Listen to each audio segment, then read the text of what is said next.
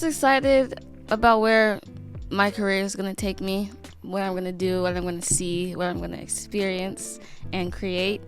I'm so excited to work and cook and just finally do what I love to do. What goal I'm most excited about achieving this year? I guess I'll go ahead and put it out there. I got two goals that I'm really excited about putting out this year. One is I'm dropping a podcast. Can't tell you the details, but I am. I'm starting my own podcast. My second goal is I want to be debt free 2023. You feel me? I'm trying to get rid of all the debt and everything that's on my shoulders that's weighing me down, that's holding me back. I want to get rid of it. I'm excited about achieving all my goals. Everything that I put on my vision board, I'm excited because through faith that everything that I put on there, I will achieve. So definitely the feminine, embracing that style a little bit more, because I've come to see that fashion is something that I find interesting among other things, but it's just fun going out and shopping for new stuff, buying new clothes and just trying it on and stuff. So it's fun going outside of the range of normality and venturing somewhere new.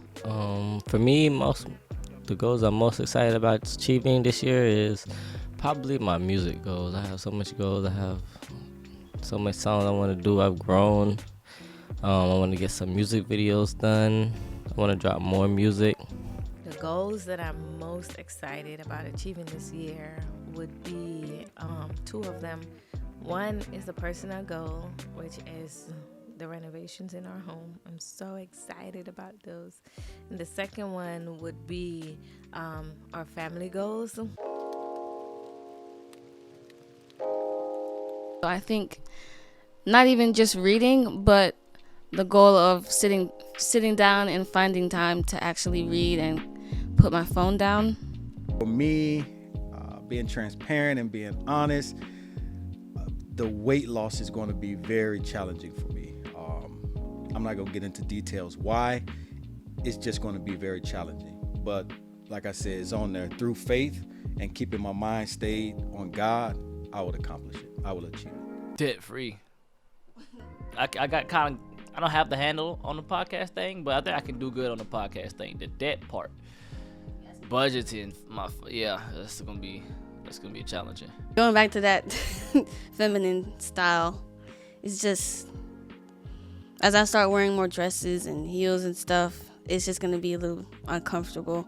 Because again, I'm not used to dressing that way, so I'm gonna have to be more intentional about how I carry myself and what I put on, and it's just going that extra mile and being more intentional might be a little difficult. The financial goals. Just because it's one of the hardest things. Money management is one of the hardest things to learn and be disciplined in. Goal that would be the most challenging for me is one of our financial goals, which is to spend less and save more. That's going to be challenging in a year where we're doing renovations. I know we've already had a budget set for the renovations, but you know us women, we like to keep adding things.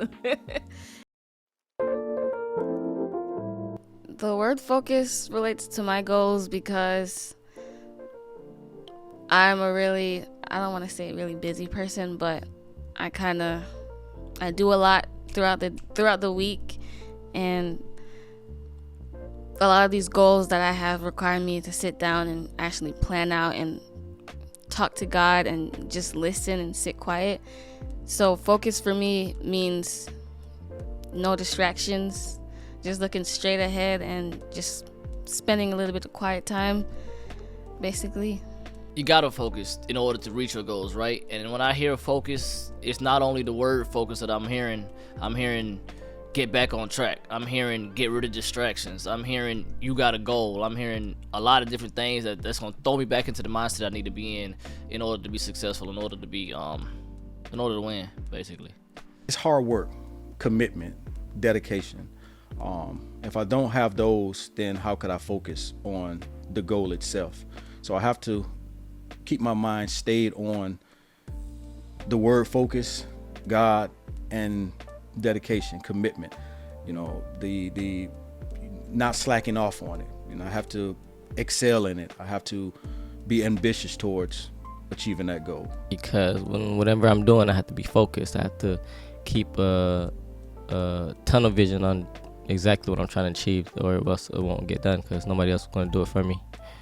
Focus really relates to my goals because I can remember years before where I've made resolutions, New Year's resolutions, and other goals and just didn't follow through on it. And it's because I was distracted. So having the word focus being the word of the year of itself, that just lets me know that we're not playing. We ain't got time for distractions. We ain't got time for anything that we shouldn't be working towards. So focus keeps me aligned, and it keeps me on track with the things that I'm trying to achieve. And I think because focus is the word for the year, I'm gonna get a lot accomplished this year because it's gonna keep bringing me back to that. As you can see, it's a lot that I'm trying to achieve this year. And if I'm not focused, I can get carried away with how much it is, how hard it's going to be, what I don't want to do, what I don't feel like doing. But focus is going to help me clear my mindset and just have tunnel vision and just really dial in on what I need to do. So just being focused is going to help me be more intentional and be more driven and just more intentional about how I spend my time. Okay, so some of the family goals we had were we were gonna read a book together as a family.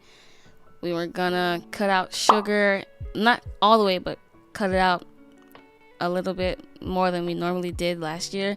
Sugar and salt. Drink more water. Those are the ones that we kind of discussed.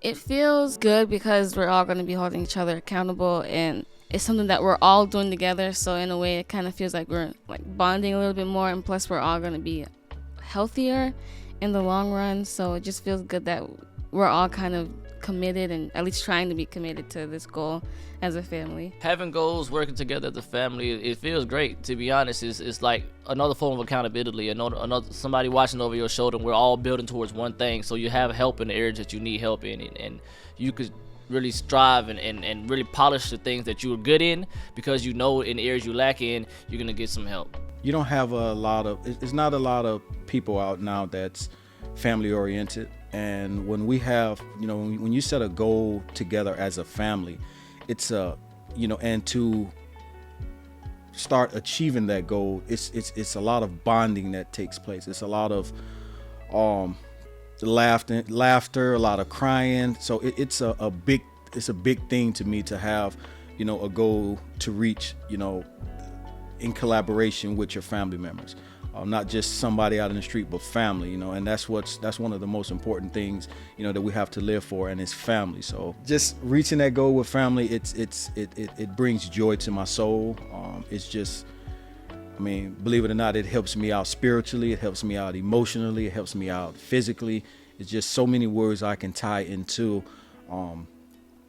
achieving a goal with my family. I feel like it's good for the family unit. Good for the family unit. It'll help us all grow and just be better in our own personal lives. Oh my gosh. I feel so excited to have a goal that we're working together as a family. So the thing is, when your children are younger, it's easy to set family goals and work on them and achieve them because you're basically controlling everything. You're controlling the environment, where they go, what you work on, and everything is driven by you. But to actually have young adults that wants to be part of an objective as a family, that wants us to still be connected and work together through different challenges and different goals is amazing. It helps us to keep our bonds. It helps us to learn about each other, to give each other encouragement along the way. And it feels good to be a part of something that is just ours, something that's exclusive to us, something that we get to look back on and say, when we put our minds together and we collaborate, we can achieve greatness. So having a family goal, really makes me feel a part of something that's bigger than me, and makes me feel like I can give extra energy and I can put in more, and I can dig deep within and find resolve where in other areas I may want to give up. because it's not only me, but there's other people depending on me to bring this whole thing home and bring it together. So having a family goal for me is amazing, especially with my young adults. Working together with them for a bigger cause, something that's going to impact all of us, is amazing. I feel excited about that, about having goals that the whole family is working on, because we have a unit. It's us all together. It's not just me setting one goal and hoping that I get it done, but we have a accountability. We're all together. We're all in this. We can all relate to how one person is feeling about it, and it's not just, like I said, not something that is only exclusive to me. It's something that we're all working on. We can draw strength from each other and just pull from each other. I feel like this new year is going to be way better than the other ones. I feel like a lot of opportunities are going to arise, and we're going to do a lot of big things this year. I have a big feeling in my stomach.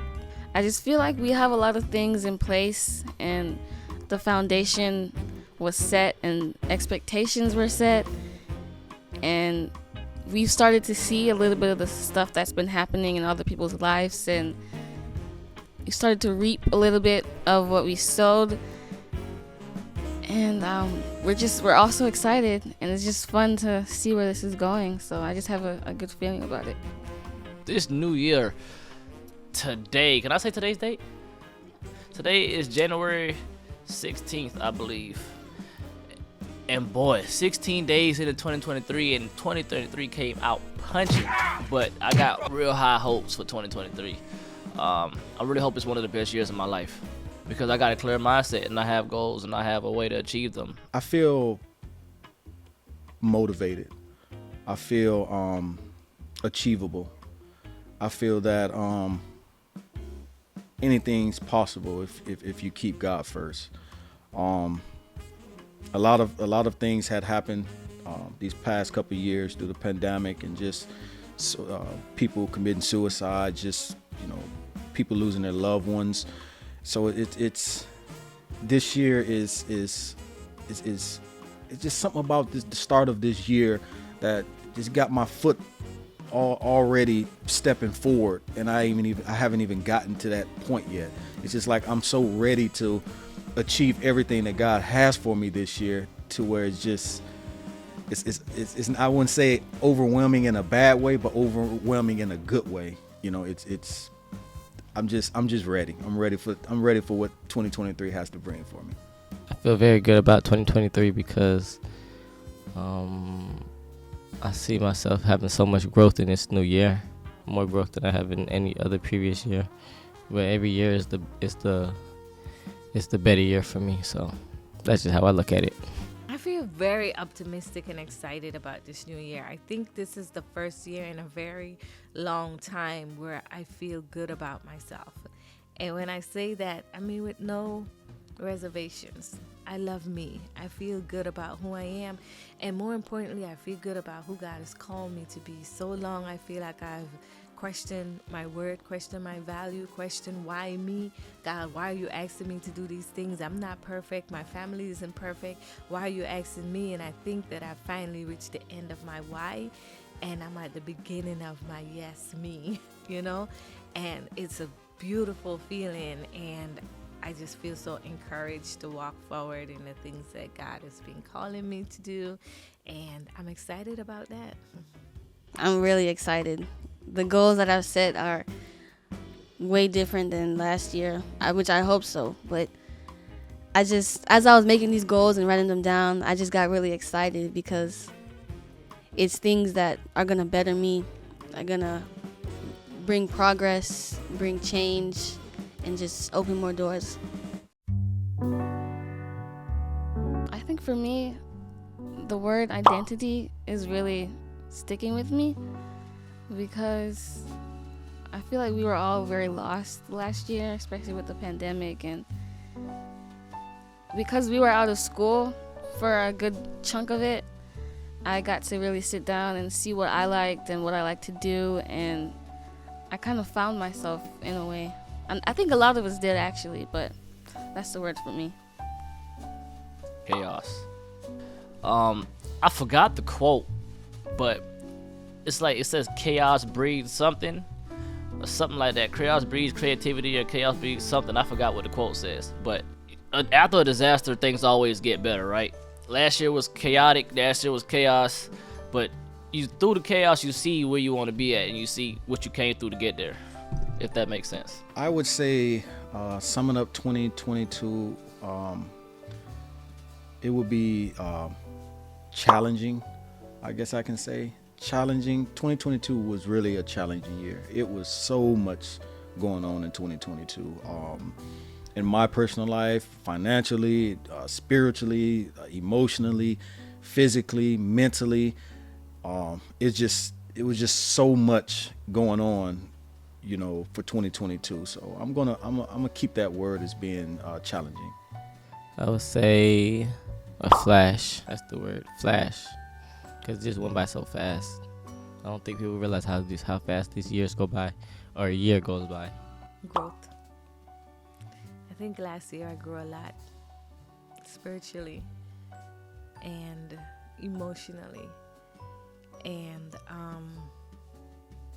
I think in the growth it's really taught me to humble myself, to listen more, to be present more with my family, on my job, with people, and just to be a person that wants to understand more, understand other people's situations, understand life, understand my calling, just to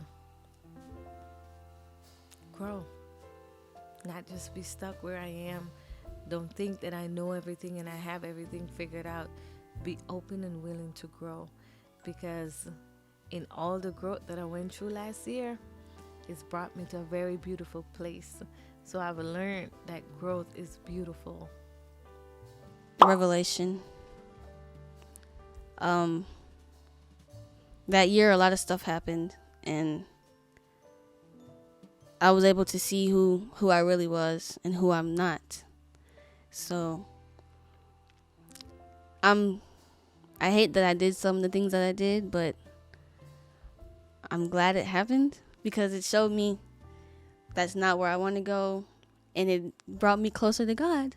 And I'm really happy about that, because of that I'm who I am today. So that's my word.